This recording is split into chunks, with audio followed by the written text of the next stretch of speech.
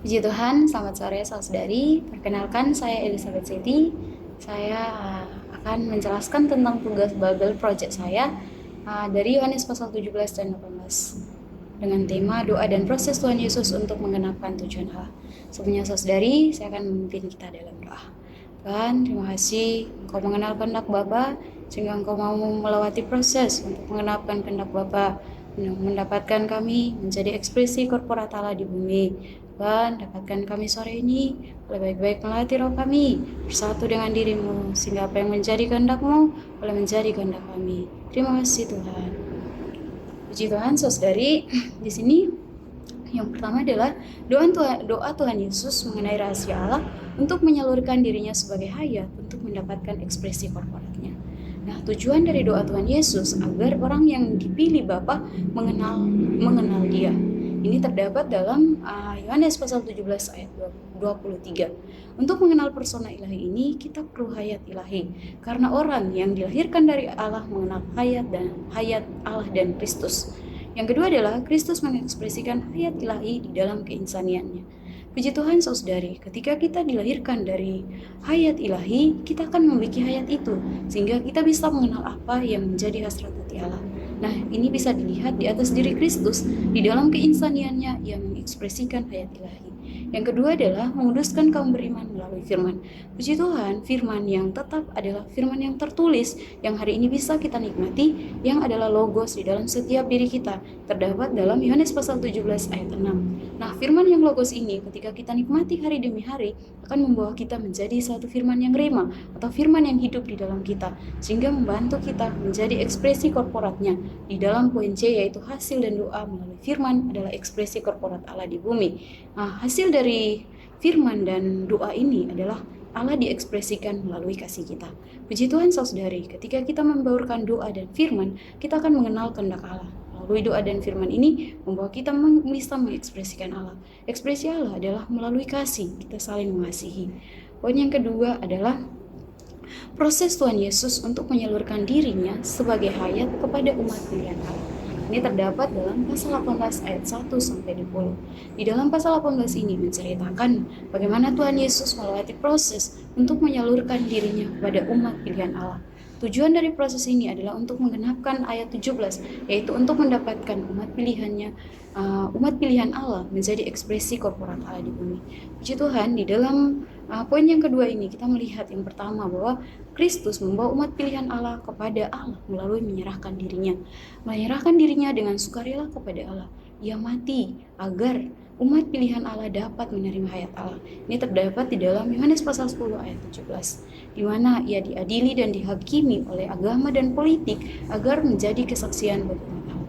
Puji Tuhan saudari, Tuhan dengan sukarela memberikan dirinya agar melalui penyerahan dirinya ini ia bisa membawa manusia kepada Allah. Saudari, Allah menyerahkan dirinya untuk menebus kita, supaya diri kita layak untuk mendapatkan hayat Allah, sehingga dengan hayat di dalam kita bisa menjadi ekspresi Allah. Yang kedua adalah diadili dan dihakimi oleh agama dan politik agar menjadi kesaksian umat Allah. Puji Tuhan saudari, ia diadili dan dihakimi oleh politik dan juga oleh agama. Hal ini menunjukkan bahwa Tuhan ingin membuktikan bahwa agama dan politik dunia hari ini tidak bisa menjadi kesaksian Allah. Ia ingin membuktikan bahwa kepada umat pilihan Allah bahwa untuk melihat satu ekspresi Allah dapat dilihat dari dirinya. Saudari, di dalam ia diadili dapat dilihat dari dua hal. Yang pertama, Petrus yang menyangkal diri Tuhan membuktikan bahwa Tuhan Yesus tidak memerlukan pengakuan manusia. Ini terdapat dalam pasal 18 ayat 17 sampai ayat 12 sampai 27. Yang kedua adalah menggenapi firman Tuhan bahwa ia harus mati di kayu salib agar menyalurkan dirinya kepada manusia. Terdapat dalam pasal 18 ayat 32. Saudari, untuk menyalurkan dirinya kepada manusia, untuk membawa Allah kepada manusia, ia harus mati di kayu salib. Saudari, ini adalah satu kesaksian bagi kita bahwa bagi setiap kita yang mendengar kebenaran Allah, sehingga kita dapat mendapatkan kesaksian Allah di bumi hari ini. Puji Tuhan saudari, melalui kematian Tuhan membawa diri kita dilayakkan di hadapan Allah. Allah tidak hanya membawakan Kristus, tidak hanya membawakan Allah kepada kita, tapi ia juga membawakan kita kepada Allah melalui hayat dan melalui kematiannya Ia menebus kita, melalui kebangkitannya Ia menyalurkan hayatnya dalam kita.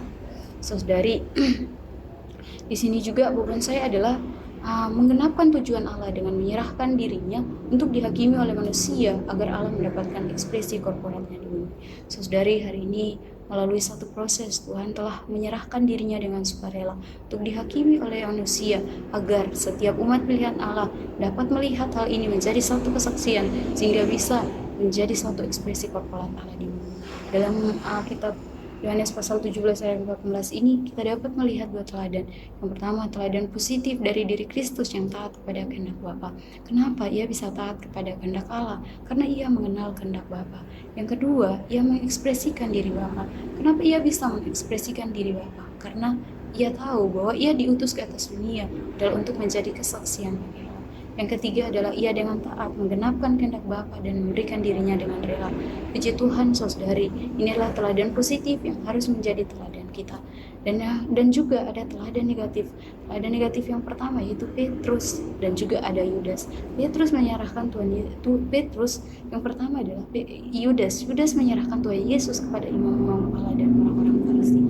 Saudari, ini juga membuktikan bahwa ketika kita tidak mengenal kehendak Allah, kita tidak bisa menjadi ekspresi Allah, tapi kita menjual Tuhan, kita menyerahkan Tuhan kepada hal-hal yang di luar diri Tuhan. Yang kedua adalah Petrus. Bagaimana ia menyangkal Tuhan sebanyak 3 kali. Ini menunjukkan sikap kita. Ketika kita dihadapkan dengan situasi, seringkali kita menjadi orang yang menyangkal Tuhan, yang tidak mengakui diri Tuhan. Aplikasinya dalam kehidupan kita adalah untuk mengenal kehendak Allah, kita perlu banyak bersekutu atau berdoa dengan diri Tuhan. Kehendak Allah hari ini adalah mendapatkan umat pilihannya menjadi kesaksiannya yang korporat. Untuk menjadi ekspresi korporatnya, kita juga perlu ada kematian dan kebangkitan. Puji Tuhan, melalui kematian, artinya ego, opini, daging kita harus dimatikan. Kita harus rela untuk disalahpahami, sehingga melalui kebangkitan di atas diri kita boleh bersatu dengan Tuhan di dalam kemenangannya, di dalam roh itu, sehingga kita dapat memiliki satu tujuan. Puji Tuhan, saudari, ini juga perlu menjadi pengalaman kita sebagai orang Kristen. Bahwa hari ini di dalam pengalaman kita, di dalam hari-hari kita perlu belajar bahwa di atas diri kita sudah ada Tuhan yang mengenapkan tujuan Allah. Kita pun perlu datang terus bersatu dengan Tuhan melalui kita berdoa, melalui kita berpenyanggaran pagi, melalui kita membaca Alkitab, sehingga Tuhan semakin mewahyukan hasrat hatinya di atas kita, kehendaknya di atas kita. Kehendaknya hari ini adalah kita menjadi ekspresi korporatnya. Semoga di dalam pengalaman kita, saudari, kita juga memiliki satu penghidupan yang belajar untuk menyangkal diri kita, belajar untuk bersatu dengan Tuhan, sehingga kita bisa terbangun bersama menjadi satu ekspresi Allah yang hidup. Puji Tuhan, saudari.